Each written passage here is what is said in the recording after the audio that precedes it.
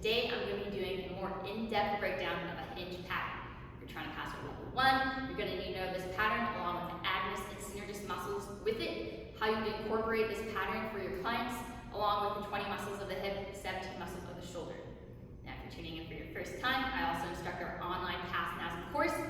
Thanks to our study guide and weekly Zoom calls, we've helped over people pass this thing. So if you're trying to do so, I can get you to do it. Just comment below or message me. Now let's get to it, the hinge pattern. First off, what's the action happening here? It's a hip dominant exercise. So what we're gonna have here is hip extension. The agonist muscle, the main mover, is gonna be your glutes, specifically your glute max. And we have hip extension, and we'll talk about later. There's 4 actions. The 2 ones that we're looking at today is hip extension and posteriorly tilting your pelvic. So up here, squeezing at the top. These will be involved for our hinge patterns that we're talking about. Now, synergist muscles, what are assisters in this? Of course, we're gonna have our hamstrings that are going to do that. Now remember, there's 3 hamstrings. Most lateral, you have your bicep femoris, and going medial, you have your semimembranosus and semitendinosus. Bicep meaning two heads, so your long head of the bicep femoris, as well as your semis are gonna help with that hip extension. Now lastly, your erector spinae. So agonist muscle, glutes, synergist, hamstrings, and erector spinae. Now the hinge pattern itself is really complex. It's hard for people to get down. Usually people will say that they hurt themselves when they're doing a deadlift, an RDL. They threw out their back. Why? Because they're not doing it properly. So first let's look at the most regressive hinge pattern you can do, and that's a glute bridge. So when I come here on the bottom, myself for my client, lay down. I want to make sure when you're coming up, your feet are either fully planted or you're dragging off your heels, not on your toes.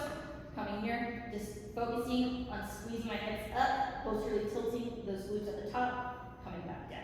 A lot of times you might see people overarch their back and they're trying to just use their back, not focusing on the hips here. So we're really trying to own this pattern and just squeeze all the way up and back down. Now, once my clients have that pattern down or feel comfortable with it, and they can use some weight, we'll go on to the hip thrust.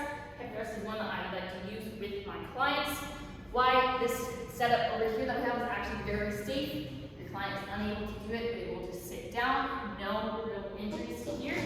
The main thing is you want to make sure that your shoulder blades are comfortably on this pad, not over it, and your neck's not hanging on it. So once you have a comfortable spot there, we'll have our feet, same thing like I said with the glute bridge. You can be on both your feet or on your heels, just to make sure that you're on your toes. Coming up here, we'll start up, squeeze the top, posteriorly pelvic tilting, come back down, make sure we have a forward gaze, breathe out on top. So those, along with this next one, will probably be the most common that I do with my clients when I'm training them. So this next one, you'll see if people common problems that you'll have with an RDL is either that you're going to do a squat, that you're leaning with your back, or that weight is not staying close to your body. So the landmine is a nice safe option here because it puts you in the correct position. You're not going to be moving your arms forward or backwards. It has it in that position. So just come down, show the hips back, feel that stretch, up, squeeze at the top. Always making sure whenever we do these hinge patterns that when we're grabbing the weight, such as an RDL or landmine RDL, that we're really grabbing it, squeezing those lats, keeping that low back safe. Those are the 3 that I usually do with my clients.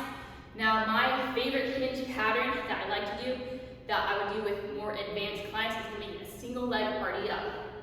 Why is it so advanced? Well, just like I said before, just getting this pattern down bilaterally, the RDL, is super hard for people to do. So when you change it to unilaterally, it's a lot more unstable there. So single leg RDL, personally, is one of my favorite hinge patterns, but I like how it feels.